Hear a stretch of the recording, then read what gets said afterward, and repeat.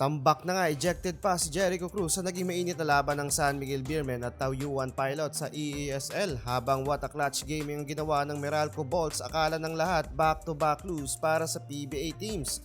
So ayun na nga mga idol, bago sumalang ang Gilas Pilipinas sa kanilang training and practice, nagkaroon muna ng laban ng kanilang ibang members na nasa San Miguel Beermen at Meralco Bolts dito sa pocket tournament ng EASL. Grabe yung pagtatapos ng laban sa first game, SMB versus Taoyuan Pilots. Pinahirapan malala ng kalabang import ang ating mga kababayan. Grabe itong 7 foot 1 inches at former gold medalist sa FIBA America Cup na si Alec Brown, 32 years old na, pero nag-improve lalo yung galawan, parang modern big man din mga idol. 27 points, 9 rebounds and 1 assist at halos ayaw nang magbintes sa outside shooting with 5 of 6 beyond the arc. Habang yung isa pa nilang import na si Travion Graham kumana naman ng 25 points, shooting 8 of 10 from the field.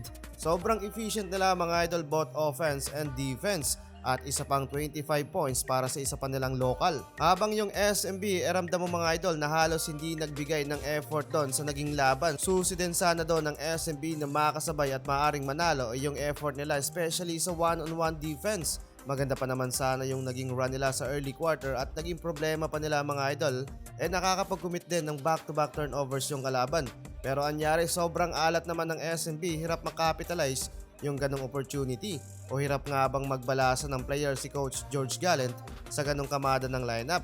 Pero even though natalo ang Beermen, bumawi naman si Quincy Miller at may gustong patunayan sa SMB management and SMB fans. Marami kasing disagree na maging import ito sa Commissioner's Cup kahit kinukonsider pa lang naman bilang import. Kumana siya sa second round ng big 32 points, 6 rebounds and 2 assists with 7 of 10 from the field at 4.8 from the 3-point line.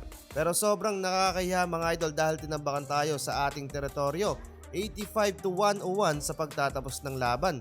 Hindi lang yan, tambak na nga napikon pa ang SMB, especially si Jericho Cruz. Hindi niya nagustuhan yung pagpapahirap sa kanila ng big man ng kalaban. Natawagan doon si Cruz ng personal foul plus under review by referee sa nangyaring gulo. Another disqualifying foul, hindi bola mga idol ang pinaulan ni Cruz sa basket, kundi yung kamao niya dun sa dayo. Pinag-aasar tuloy doon ni Alec Brown si Cruz at walk out pabalik ng dugout dahil na-eject.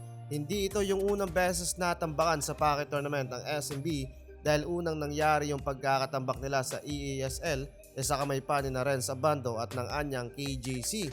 Ang tanong napapag-iwanan na ba tayo sa skills and potential ng mga kalapit nating bansa o nag-iingat lang ang ating mga player iwas injury dahil hindi naman ito yung main league natin? Ano sa palagay mo idol?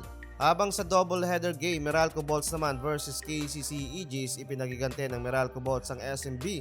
Akala ng lahat back-to-back talo ang mga PBA team sa EASL. Pero nang dahil sa 3-pointer ni Bong Quinto sa dying seconds ng laban, naitabla nila sa 80 points ang scoring. Humabol kasi mga idol ang Meralco Bolts from double-digit deficit. At sa huling 6 na segundo ng laban, nakapag-draw pa ng foul ang bago nilang import na si Akil Mitchell.